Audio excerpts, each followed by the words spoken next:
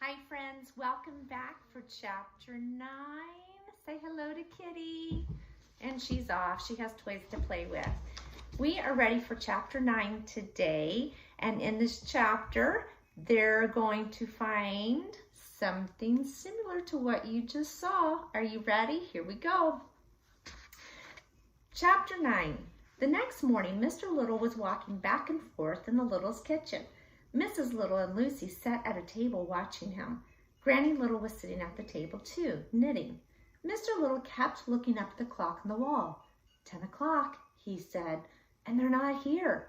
They should have come back a half an hour ago.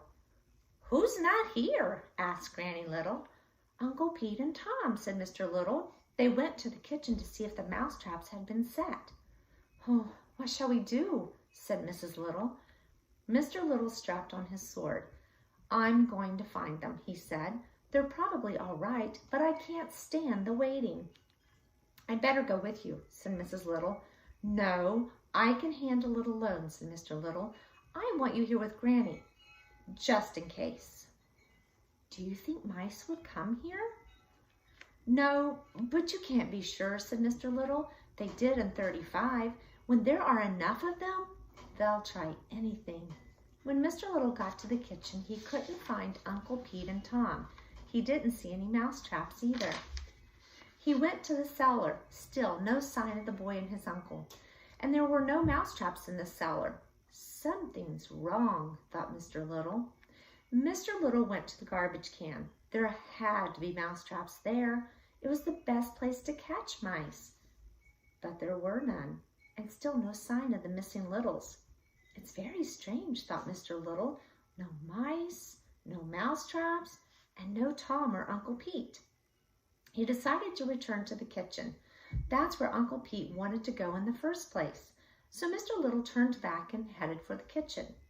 Meanwhile, back in the Littles' rooms, Lucy was thinking about her father. Suppose he needs someone to send a message or something. I should have gone with him. She looked into the living room. Granny Little was sitting in her chair by the fireplace. Lucy's mother was watching the door, a kitchen knife in her lap. I should be with my father, thought Lucy. Then suddenly she made up her mind. She ran to her room and got the bow and arrows. Then she slipped out the back door into the passageway. Mr. Little was in the kitchen under the radiator. He waited until he could hear the Newcombs talking in the living room. Then he felt it was safe to look around. Near the door to the dining room, he came upon Uncle Pete's sword. Uncle Pete would never let go of his sword, he thought, unless it was knocked from his hands. This is bad. I wonder if... He put the thought out of his mind. Don't think, he told himself. Just keep looking. All right, friends, so what do you think happened? Where are they? Where is Uncle Pete? Where is Tom? Uncle Pete's sword was found by Mr. Little in the kitchen. So where do you think they are? Mr. Little drew his sword. He went into the dining room. He kept close to the wall and walked slowly toward the fireplace. Just as Mr. Little was leaving the kitchen, Lucy got there. She saw her father go into the dining room, sword in hand. Lucy ran to catch up. Her father was only a few feet ahead of her when suddenly a giant cat leaped at him out of the shadows. Lucy was never so scared in her life. She ran toward the cat. She ran without thinking. The gigantic animal had attacked her father. She would save her father somehow. Now, how do you think she's going to save her father? There's a cat. It's much larger than Lucy. How's she going to do it?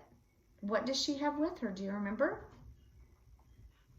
The tiny girl came up behind the cat.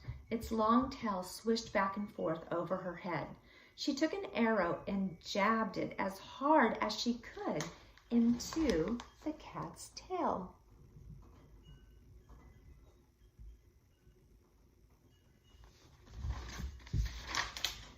Yow! Yelled the cat, and it ran out of the dining room, through the hall, and into the living room. Mr. Little was not hurt. He jumped to his feet. At the same time, Uncle Pete and Tom came running out of the fireplace. They had been cornered by the cat and were hiding under the logs.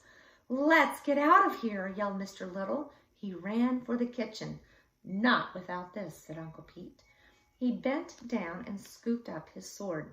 The four littles dashed under the radiator and through the trap door.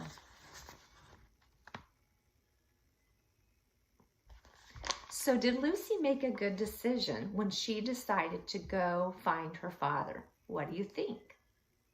Do you think she was brave in doing so? Remember, she's the one that absolutely positively does not like the sight of mice. So that alone would be very hard, knowing that you might face one. And then she ended up facing a cat. See you next time for Chapter 10.